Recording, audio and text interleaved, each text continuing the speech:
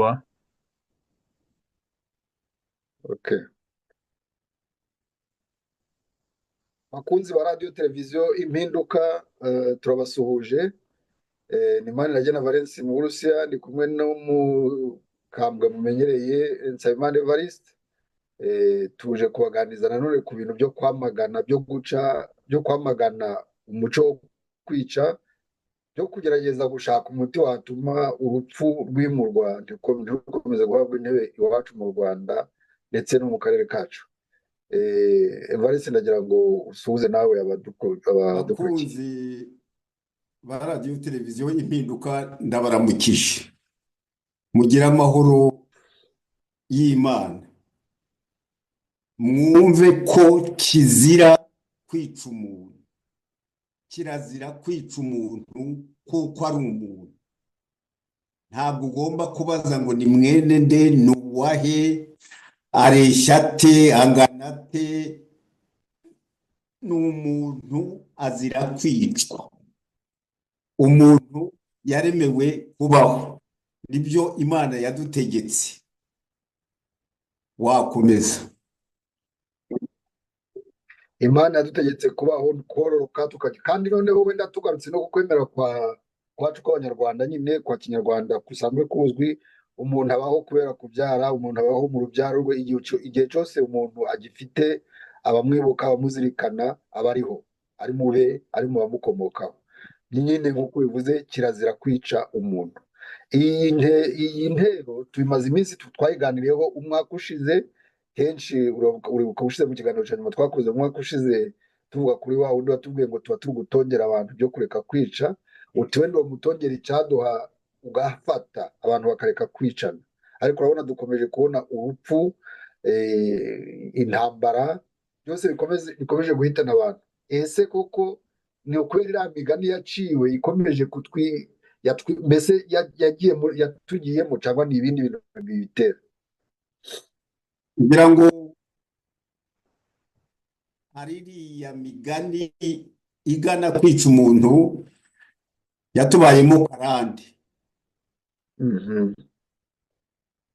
Iranda mu babyeyi bacu, natwe turandamo, ku buryo kwica umuntu byageze aho bikimikwa. Wavugana n'umuntu aturongera ndakwica, ntibimutere ubwoba. Ariko nyamara hari ubwo abantu bagiraga batya bagakirana, uwo mukirana wamukubita hasi, wabona ntiyiyeguye, uti ndamwishe data we. Uvuga ko nyine ukoze ishyano. Ukumva ko ukoze ishyano. Kwica rero tugira ngo bibe ishyano. Uwishe umuntu aba akoze ishyano. Mu ngoma y'u Rwanda n'Abanyarwanda bakimika nta ngoma itica. Nicyo gituma tuzahora tuvuga hano igihe duhuriye hano, nta ngoma yica. N'agatsinda umuntu akabwira abakiri bato, abahigi bigeze guhiga urupfu, bararuhiga barwagirije, barukubitanye n'umukecuru yigendera aho ngaho mu murima we. Rusubije amaso inyuma rubona imbwa zarwegereye, ruramubwira ruti mpisha nanjye nzaguhishira abawe. Nuko ararumira. Imbwa zihageze n'abahigi, urupfu zirarubura, n'abahigi bararubura. Umuntu akaba yagira ati abo bahigi, mu bantu cyane cyane bakiri bato bafite ingufu,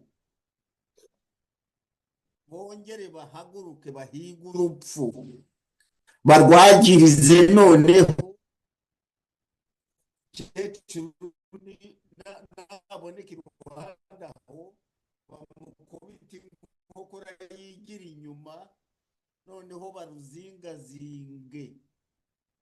Ari ngiye kuvuga mu ihembe ry'inka y'inkungu, maze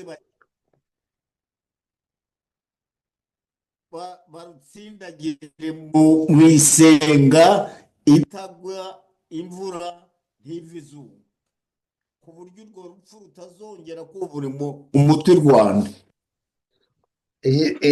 iyo nkuru uvuze se ahubwo itumye ntekereza none u Rwanda rwaba ari rwo rwabaye umukecuru wamize urupfu, noneho nyine rukaba uwo mukecuru wamize urupfu rumwemereye kuzamuhishira abe rwaba ari u Rwanda, kuko u Rwanda urabona nk'ubu ngubu rwabaye rukomeje kwimika umuco wo kwica ndetse rukanawukwirakwiza ahandi iruhande rw'u Rwanda mu karere. Urabona uko bikomeje kugera ibyo bintu byashoboka umuntu akomeje gutekereza kuri wa mukecuru warumize imba ntizirubone abahigi bakarubura, noneho tukibuka ko abahigi nanone iyo bari guhiga inyamaswa iyo yagirijwe ikaba yaturuka mu ishyamba ikaza ikinjira mu nzu, iyo yinjiye muri iyo nzu uzi ko iticwa, sibyo? ubwo rero n'abo bahigi wenda babonye urwo rupfu rwinjiye mu mukecuru cyangwa se rwinjiye muri urwo Rwanda, bararureka bati niho ruhungiye ntuhagume. Ese byashoboka iyo ubwo buryo bwo kugerageza ibintu bwo kubyegeranya umuntu yaba yibeshe cyane cyangwa wenda ni ugutangira gutatira agerageje gutekereza cyane akumva agashaka uwo mukecuru warumize kumubona biragoye, ariko wajya kureba ukabona u Rwanda rwararumize rurimo ari narwo rusa naho rutegeka u Rwanda. Abanyarwanda ukabasangamo abambari barwo, abambari b'urupfu, baba bariyemeje kwica abandi bantu. Ukibaza aho bavutse, uko bavutse bikagushobera. Kuva u Rwanda rwaremwa kugeza ubu ntabwo turavuga tuti kirazira kwica umuntu. Ngira ngo nitwe tubitangiye, nitwe twabitangiye. Yewe na Kiliziya Gatolika yazanye amategeko, twe twiga amategeko y'Imana twayigaga ari amategeko ya Mungu. Noneho harimo itegeko rivuga ngo ntuzice. Ntabwo birwa bongeraho umuntu, ariko iyo bavuze ngo ntuzice wumva umuntu. Ukibaza uti abambari b'Imana kuki iryo tegeko batarisohora ngo ryirwe muri rubanda, rirube muri rubanda, riture muri rubanda, rubanda rubande n'iryo tegeko ryarwo, n'abatarabatijwe baritore. Hari ukuntu twajyaga tuganira mu bihe byacu ko umuntu w'umurera yagiye kubarizwa batisimu, yari yarize ibya Mungu, niko babyitaga icyo gihe. Noneho padiri w'umuzungu niwe wamubazaga, aramubaza ati amategeko ya Mungu nangahe? Undi aramureba yumva bidahuje mu bwenge bwe, ntibyahura. Ati niwe wayanyigishije, azi ko nyazi, none arambaza ngo nangahe? Nuko aramureba ati ngo ni gangahe? Ati hari agazakora ku muntu uzica. Urumva uwo muturage iryo tegeko, nubwo byaba ari ibiganiro abantu baganira batyo, ariko urumva ikinjiye mu bantu. Urabona ni amategeko 10 riyarimo hagati, ariko iryinjiye mu bantu ni ntuzice, ariko kurikurikiza bikatunanira. ariko se buriya koko biratunanira cyangwa nuko nyine hari muri ba bandi barumize muri rwa Rwanda rwamize urwo rupfu? Ntabwo bigaragara ko abanyarwanda bose badashyigikiye ibyo byo kwicana. Hari igice cy'abanyarwanda gishaka kwica, gifite impamvu zitumvikana zo kugira ngo cice abandi, noneho ariko bikitirirwa nyine, bikumvikana ko byitirirwa abandi bose, byitirirwa abanyarwanda twese. Ariko ni ahantu ugera ugasanga ikibura nicyo cyo kubirwanya, ahubwo ugasanga niyo abantu baganira kwica bizamo, niho tugenda tukitura mu bitutsi. Umubyeyi agatuka umwana we ngo nakicwe na mugiga, nakicwe n'ibinyoro, nakicwe n'igisebe, nakicwe na macinya, kandi ibyo amutuka ntiyifuza ko bibaye, yavuga ati si ibyo natekerezaga, ati si ibyo nashakaga. Ariko urumva byinjiye mu bantu, bisa n'umuco. ariko ibyo ngibyo byo hari igihe umubyeyi abibwira umwana atari ugushaka kumwica, ahubwo ari kugira ngo agere, kuko hari nk'igihe umwana bari kujyana n'umubyeyi, na kera tugiye kuvoma amazi, tugiye mu murima se guhinga, none wenda umwana akareba nabi agasitara ku ibuye, nk'iwacu hari mu makuru, wenda ugasitara ku ibuye, umubyeyi akakubwira ati gapfe, aho kugira ngo akakubwira ngo komera. Ariko mu by'ukuri ukumva uburyo abivuze atakwifurije gupfa, ahubwo akubwiye ari ukwifurije gukomera. Simbizi niba koko uko umubyeyi, kuko nka kwa kundi umubyeyi yaciraga ku kibabi ati wihute nusanga amacandwe yasize ndakwica, wumva ko aragukubita wenda, ariko araguhana, ariko ntabwo yashobora kukwica kuko uzi ko umubyeyi adashobora kukwica. Ibyo uvuga nibyo rwose, ariko kumva icyo kintu ari cyo cyiza, ntabwo mvuga ko ari cyiza, ndavuga kuza. Yes, kiza, yego. Ijambo kuki nta bindi twabonye, wenda byaterwa. nujya kuvoma ugatinda, uraza mu nzira uhure n'amazi yavuye ruguru iriya mu mpinga, aramanuka, nabwo byaba ari ukwica. Ariko tugashaka ikintu kizima, nujya kuvoma ukaza aka kanya ukagera hano, ndaguhemba.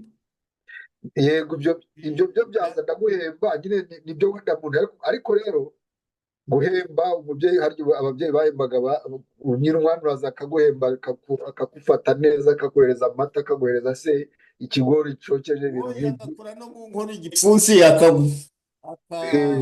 akaguha ibiryo ku mashyi ukaburya mu gihe atarahisha, ibyo bita guhinduza umuntu. ibyo biragaragaza ko mu muco wacu hari utuntu wenda tugomba natwe no gucukumbura tukatwumva neza, kuko hari nyine nk'icyo gihe umubyeyi akubwiye rwose ati genda kuzana amazi, abazi urugendo uragenda ukagaruka, abazi ko ushobora kwihuta kwirukanka ukagaruka ukirukanka, ariko noneho akubwira ati ntutinde, kuko nyine nk'uko babivuze acira ku kibabi, turashanga amacandwe yashize, nuko kandi ubwo urumva nawe gucira gutya ntayo macandwe arya batanaguye no ku kibabi. Ariko yashoboraga gucira ku kibabi, aho kuvuga ngo urasanga yakamye, akavuga ati nusanga atarakama. Ibintu byose kugerageza kubigira bizima, nusanga atarakama, ndaguha ibijumba bibiri ubyotse. Ubona ko icyo kintu cyo kwica, ukabona abantu baraganira, yewe n'ejo bundi turi bakuru, turi abagabo, hari ubwo twaganiraga, twagiye aho twahuriraga dufata agatama, noneho kumva umwe aravuze ngo reka ntahe batanyica, ari ukuganira, ariko aho yagize ati reka ntahe bamembe, ntahe hakiri kare batanyica. Noneho umuntu akomeje gutekereza aho byavuye, umuntu yareba nyine bya bindi byabaye iwacu muri kwa kure mu Rwanda, mu biki, za ntambara z'urudaca za buri gihe, aho abantu bagendaga bicwa, mbese buri gihe yahasiga agatwe. Ibyo bintu nabyo wenda byakomeza kotka, ariko si ubwo noneho umutongero mwiza ko ariho turi gushaka uzaba uwuhe? Umutongero mwiza, umutongero muzima, ni uko habaho abantu bazima. Abo bantu bazima bakavuga bati kirazira kwica umuntu, ariko akabivuga bituye mu mutima we, byamara gutura mu mutima we, noneho ni ibintu ntekereza ku munsi muzima abantu bakazimika ubumuntu, bakureba kuko uri umuntu, kukwica kirazira. Kirazira nk'uko ndeba umwana wanjye, nk'uko ndeba murumuna wanjye, nk'uko ndeba umugore wanjye, wenda ingero ntizibe zimwe, ariko niyo wantuka, niyo wankanurira amaso, ufite uburyo bwo kukwica, nkavuga ni kirazira kuko uri umuntu. Awurema, noneho undi tukawuremura, tukawuhambura, kuko urabona wabaye nk'umuvumo. Ntabwo mu muco wacu kwica ngo bamwishe Mbadoga data, ukagira ngo bakoze, ukagira ngo ni ikintu kiruta ibindi, noneho wagera no mu kintu giteye ubwoba, wenda tuzakivugaho ukwacyo, ni ukugenda ukagera mu byivugo, aho abantu yivugaga ko yishe, ko yakamejeje. Ibyo nibyo, ariko se yashahuye.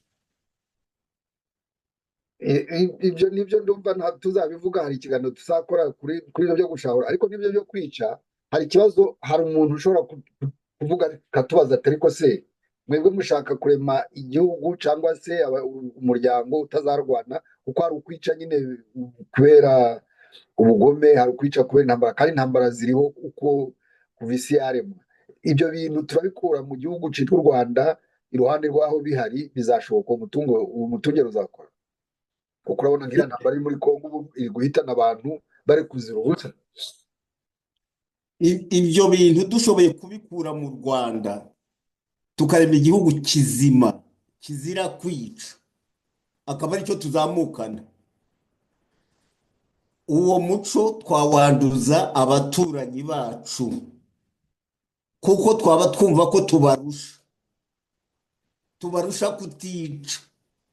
Noneho ku mbibi z'igihugu cyacu hari umwami wigeze kubaho, yavuze amagambo abiri, rimwe rizima n'irindi ripfuye ijisho cyangwa ripfuye amaso yombi. Aravuga ati u Rwanda ntiruterwa. Ibyo rero tukamushimira aho ari, aho aryamye, iyo abantu bajya. Noneho we yaravuze ngo ntiruterwa ruratera. Noneho tukongeraho twe tukavuga za nti ebyiri, ntirutera kandi ntiruterwa, kandi ntiruterwa kirazira. Noneho ibyo nashaka kuvuga kuri bya byapa biba ku butaka bihuza ibihugu byombi, tukandika ibyo ibuva abandi, tukandikaho ko u Rwanda rudaterwa. Bahagera bati ahangaha kirazira, u Rwanda ntiruterwa. Ibuvi iwacu tukandikaho kirazira, u Rwanda ntirutera. Noneho tukazamuka dutyo. Ndabibona kandi ndabisaba Imana, ntibingora, ndisaba Imana, tukabishushanya dutyo, akaba ari byo twimakaza.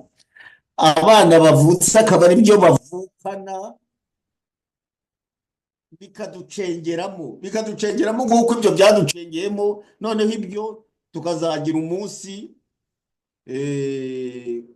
kuko u Rwanda rwapfushije abantu benshi, tukazagira umunsi wo kwera. Iyo abantu bera rero ku munsi wo kwera baruka urupfu. N'uwo muco wo gutera rero nawo tukawuruka. Urakoze. aho ngaho uvuze iby'uko twareka gutera noneho nyine natwe ntiduterwe, mbese mu by'ukuri tukareka nyine kwica natwe ntihagire mbese ntitunicwe. ubwo binyibukije wa muvandimwe uyu mwaka mu minsi yashize tariki ya 17 twibutse imyaka 5 ishize Kizito Mihigo atuvuyemo, ariko uzi ko yari yaravuze ko u Rwanda rushobora kubera isi mbese icyitegererezo dushabutse tubishatse abanyarwanda, tukareka nyine nk'uko bivuga, tukareka kwica, tukareka no mbese tukareka kwica mu Rwanda, ntitunemerere nyine ko umuntu yava mu Rwanda ngo aje kwica ahandi.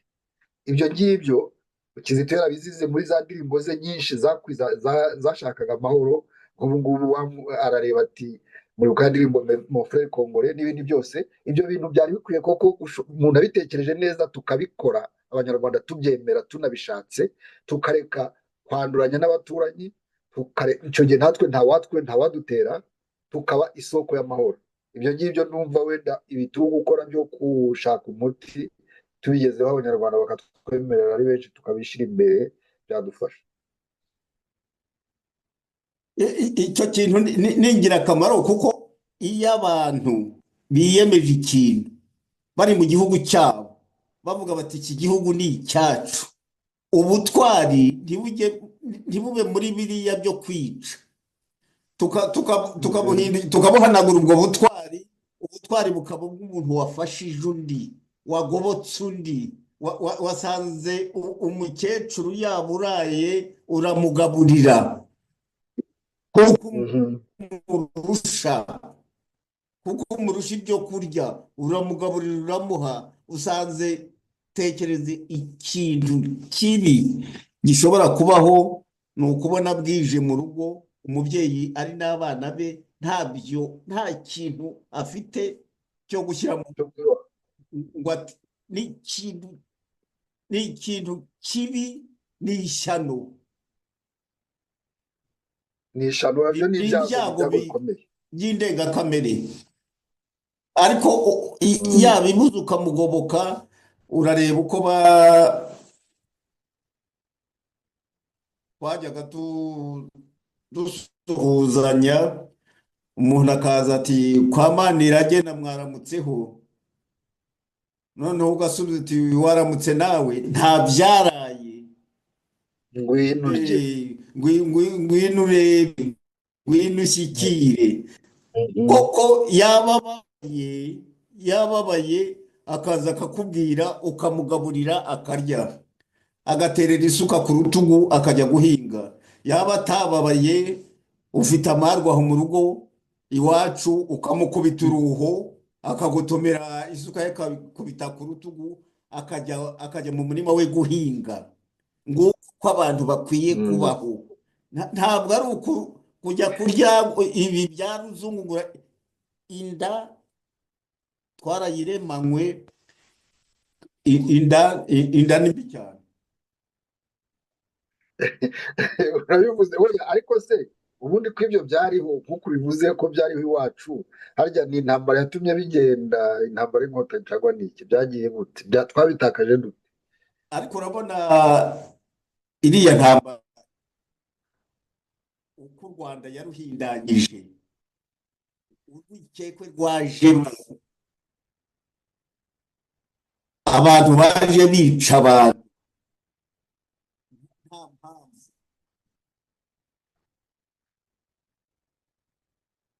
noneho abari baturanye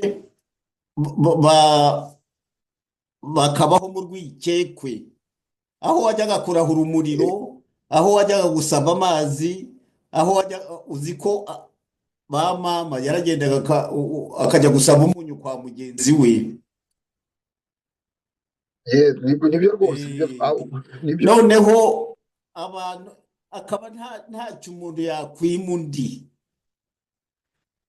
wahura n'umuntu, umubyeyi ungana na nyoko ukubyara cyangwa so wanyu,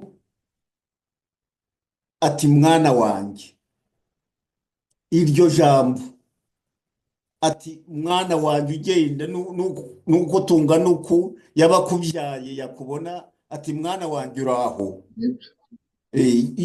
akureba akakubonera akakubonamo mu bana be. umwana. Eh, Mm. byabaga no mu muco, umubyeyi yarabyaraga, abo baturanye bakajya kumureba, umwana bakamuterura. Iyo yateruraga umwana ari nka mama, yaramuteruraga, noneho ati ungana nsaba imana yanjye. Tekereza uwo muco Yes, ntabwo no. twigeze tuwegera, ko umuntu Mm. ahubwo tukajya gusoma mu bitabo ibyo abahanga banditse, nabyo si bibi, ariko kubona ko Mm. umwana wundi nawe ari umwana wawe. Yego ukabyara we, umwana wundi ni umwana wawe. Ariko rero ubu tukivuga kuri ya ntambara nyine yaje iwacu igahindanya u Rwanda, muri uwo muco wo kwica, baje bica bakagenda bakica abo bateye u Rwanda, bakica bakabishyira kubo basanze mu Rwanda, bakavuga ngo nibo babishe, kandi aribo baje donc batangira bakaza nko mu giturage bakica umuntu mu gitondo, bati dore uriya muntu yarashwe n'abasirikare, kandi abo basirikare bari ku rugamba.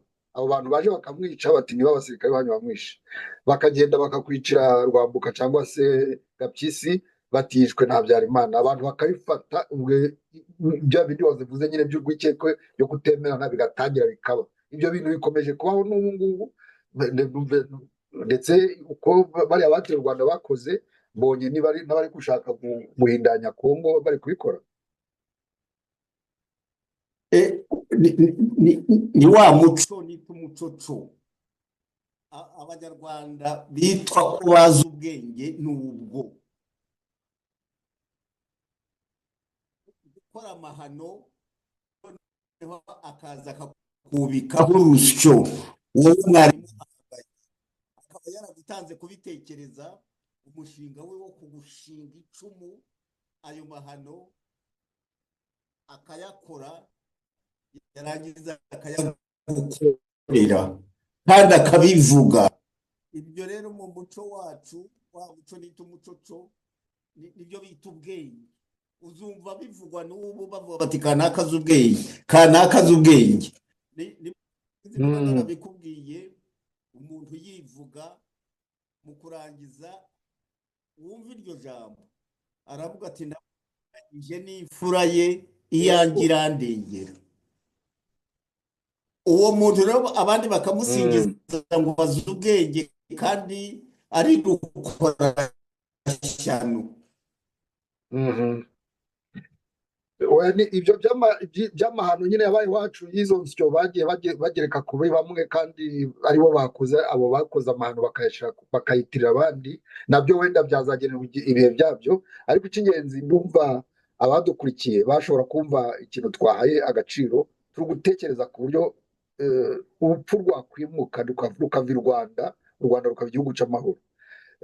Ndumva turi kugana ku musozo, twasezera ku bakunzi bacu kugira ngo tuzakomeza nagahozeho, wenda mu minsi yashize ukuntu twaba tutaraje cyane, ariko tugiye kongera kugaruka tuje turabagenera ibiganiro byo kugira ngo dushake umuti, ariko ushingiye uvuye iwacu, kandi wenda ushobora kudufasha koko tukitsirika, tukareka kuba abantu igihugu cyacu kikareka kuba igihugu cimitse urupfu, ahubwo kikimika amahoro no kubana. Wagira tugasezera ku baduteze amatwi, Nsabimana we. Icyo nifuza cyane cyane ku bantu bakiri bato, ni uko uriya muco wo kwica umuntu wacika, maze uriya muco abantu bakawufata bakawushyira ku ityazo ry'isugi, bakawuhonda, bagahondahonda ukabishingwe, noneho bagakamura ibikatsi, bakajya kubiroha mu isenga itagwa imvura ntive izuba, agasigayemo karimo umuntu, tukakazana tukakororera mu mitima yacu, tukagashyigikira, ubumuntu bugakura. Mu kinyarwanda bajyaga bavuga bati kana kuriya utinganye iriya mvuye Bushiru ngiye mu Bugoyi turahasanga kanaka urahasanga Mahoro. Mhm. Mahoro ni umuntu wanjye. Mhm. Umuntu wanjye ni ni nkanjye nkawe. ibyo niko. Noneho ni we wowe niba ari umuntu wawe nanjye undi ni umuntu wa tuzabivuga Yes, twese tuzabivuga kuko nidusubira no mu moko yacu aya moko mazima nyita amoko afite imoko. Mhm. Aya moko ashingirana ukareba uko umukobwa ava iwabo akajya iw'abandi hose akahaba hose hakaba iwabo. hakaba Mhm. iwabo akagira iwabo Eh, habiri kandi ba mama ba nyogokuru bose ni uko mhm. harakabaho umuco utica umuntu. Urakoze Nsabimana. Bakunzi ba radiyo televiziyo y'impinduka, turabashimiye ko mukomeje kudukurikira. Ibyo mushobora gukora kugira ngo iyi televiziyo ibanogere muje mubikora, mutubwire ibyo mwumva tugomba gusukura, ibyo tugomba kunoza, hanyuma nyine bya byo kugeza ibiganiro byacu kuri bagenzi banyu nabyo mubikore musanze ari ngombwa, ibintu twavuze ari byiza mukaba mwakwifuza kubishiriza bo muziranye nabo mwabibagezaho. Turabashimiye, murakoze, murakarama. Nk'uko nyine Nsabimana yari yabasuje bagira ati mugire amahoro, nanjye ndagira ngo basezereho mbifuriza amahoro aturuka ku Mana. Murakarama.